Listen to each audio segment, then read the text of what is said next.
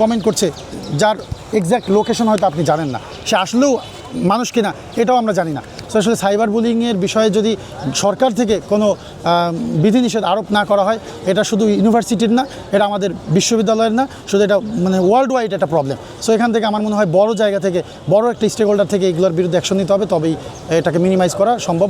সরকারকেও এর বিরুদ্ধে ব্যবস্থা নিয়ে গ্রহণ করতে হবে, বিশ্ববিদ্যালয় প্রশাসনকে তাদের অনমনীয় অবস্থা প্রদর্শন করতে হবে। যেমন দেখলাম একজন শিক্ষার্থী যখন বাজেভাবে একজন নারী শিক্ষার্থীকে ধর্ষণের হুমকি দিয়েছে, তার বিরুদ্ধে বিশ্ববিদ্যালয় প্রশাসন 6 মাসের বহিষ্কারাদেশ দিয়েছে। সো আমি মনে করি এটাকে যখন আরও কঠোরভাবে বাস্তবায়ন করা হবে, অবশ্যই এগুলো কমে আসবে। ধন্যবাদ। আমি শতভাগ আশাবাদী।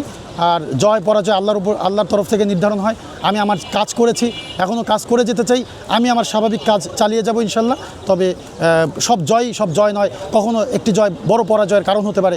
যেমন 24-এ আওয়ামী লীগের নির্বাচনের জয়, তারপরেই তার পরাজয়ের কারণ হয়েছে। তো আমি মনে করি আমি আমার কাজ করে যেতে চাই, শিক্ষার্থীরা মূল্যায়ন করবে। জয় হতে পারলে আলহামদুলিল্লাহ আরও ভালো, আরও কাজ করার সুযোগ আসবে। না হলেও আমি আমার কাজ করে যাবো ইনশাল্লাহ। Thank you. ইনশাল্লাহ।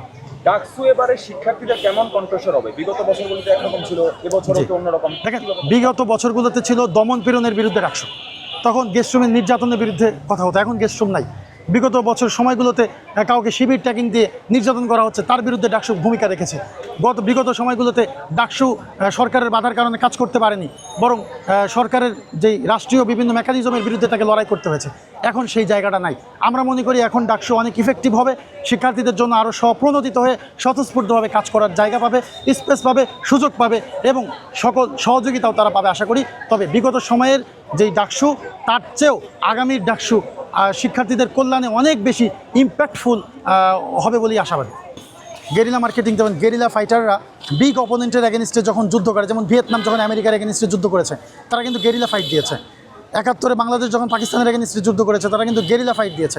সো এটাকে বলা হয় গেরিলা মার্কেটিং। যখন আপনি বিগ অপোনেন্ট বা বিগ কম্পিটিটর যারা আছে মার্কেটে, হিউজ কম্পিটিটর, তখন আপনি এমন কিছু করলেন, অল্প রিসোর্সে বড় ইম্প্যাক্টফুল কিছু করবেন, যেটা সবার দৃষ্টি কাড়বে, যেটা আপনার হয়ে ভালো একটা আউটপুট নিয়ে আসবে। সো সেই জায়গা থেকে এটা করা। তাছাড়া পত্রিকার আদলে করেছি, কারণ ঢাকা বিশ্ববিদ্যালয়ের মেধাবী শিক্ষার্থীরা পেপার পত্রিকা পড়ে থাকেন, তারা কোথাও পত্রিকা দেখলে একটু তুলেও দেখেন যে এখানে কী নিউজ দেওয়া আছে, কোন তথ্য নেওয়ার চেষ্টা করেন, সেজন্য এটা করা। পাশাপাশি এখানে দেওয়া big discounts on HS 23 promotional ক্যাম্পেইনে মার্কেটাররা ইউজ করে থাকে বাই 1 get 1 ডিসকাউন্টস। সো সেই জায়গা থেকে আমি বলছি, give 1 vote and get 9 benefits.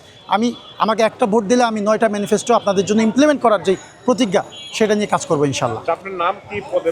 আমি রাকিবুল ইসলাম, সেন্ট্রালের AGS পদপ্রার্থী। আমার ব্যালট নাম্বার 23। আমি মার্কেটিং ডিপার্টমেন্টের 18-19 সেশনের শিক্ষার্থী। দুর্বোধ্য তো অবশ্যই, কারণ অনেকেই একটু পড়ে দেখতে হবে। তবে সব কিছু তো আর একসাথে চাওয়া যায় না। বড় করে দেখলে আমার অল্প জায়গায় আমি এটা কমপ্লিট করতে পারবো না। সো ওই জায়গা থেকে আমি মনে করি যখন একজন শিক্ষার্থী এটাকে হাতে নিচ্ছেন, কাছে নিচ্ছেন, সো সে এটা ইজিলি পড়তে পারছেন, এটা ইজিলি রিডেবল আর কি।